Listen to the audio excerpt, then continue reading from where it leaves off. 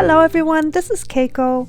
In today's video, I'd like to share my guiding word for 2025 and encourage you to find one for yourself too.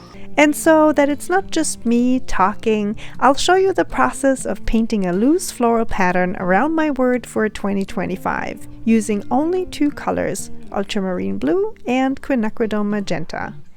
These two, mixed together, make for wonderful shades of purple.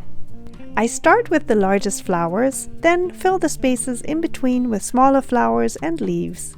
I mask the area where I'll write down my word once I'm done with the pattern. My word for last year was expand, as I wanted to try out new creative things such as bookbinding and pottery, and see how I could possibly incorporate them into my watercolor paint making business. I also started to work seriously on growing this YouTube channel, which meant lots and lots of time spent on the computer editing. This year, I'd like to continue with pottery, as I truly enjoy making things with my hands and painting on things that are not flat. Also, it means time away from the computer, which is something I really feel I need more of this year. There were a few different words that resonated with me while I reflected on last year and thinking on what I wish for this year. For example, harmonize, unplug, roots, and recharge. If you don't have your word for 2025 yet, look back at last year, reflect on what went well and what didn't, and think about what you'd like more of this year. Maybe you've spread yourself thin and need to go back to your roots or unplug more often. Or maybe you're on the right path but need to focus more on what truly brings you forward and brings you joy. I've gathered a list of interesting words down below in the description for you to check out. Write the ones down that speak to you and finally settle on one word. Or maybe it's two words for you.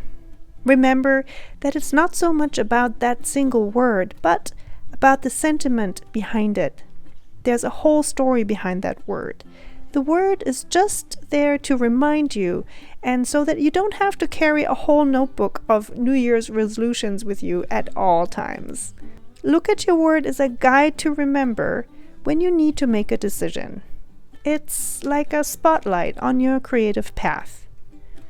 It may make sense to choose different words for your business, creative, and personal life, but for me, these are all so closely intertwined that I needed to find just one good word. After pondering a whole list of words, I finally settled on balance. I'm often tempted to work rather than accept a dinner invitation or to simply relax. And I've been called a workaholic so often last year that it really made me stop and think. So in 2025, I'll make more time to unplug, which will mean saying no to a few projects. I'll take 1 month off of social media, just like I did last year. And while it sounds impossible to me at this point, I will try and take a whole day off once a week or once every other week, stay off the computer entirely, and go on a hike. More balance.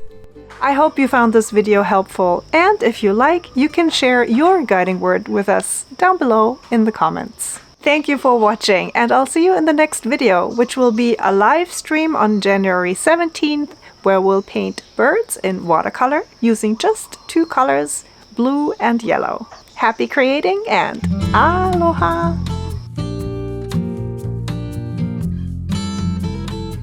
What are you saying?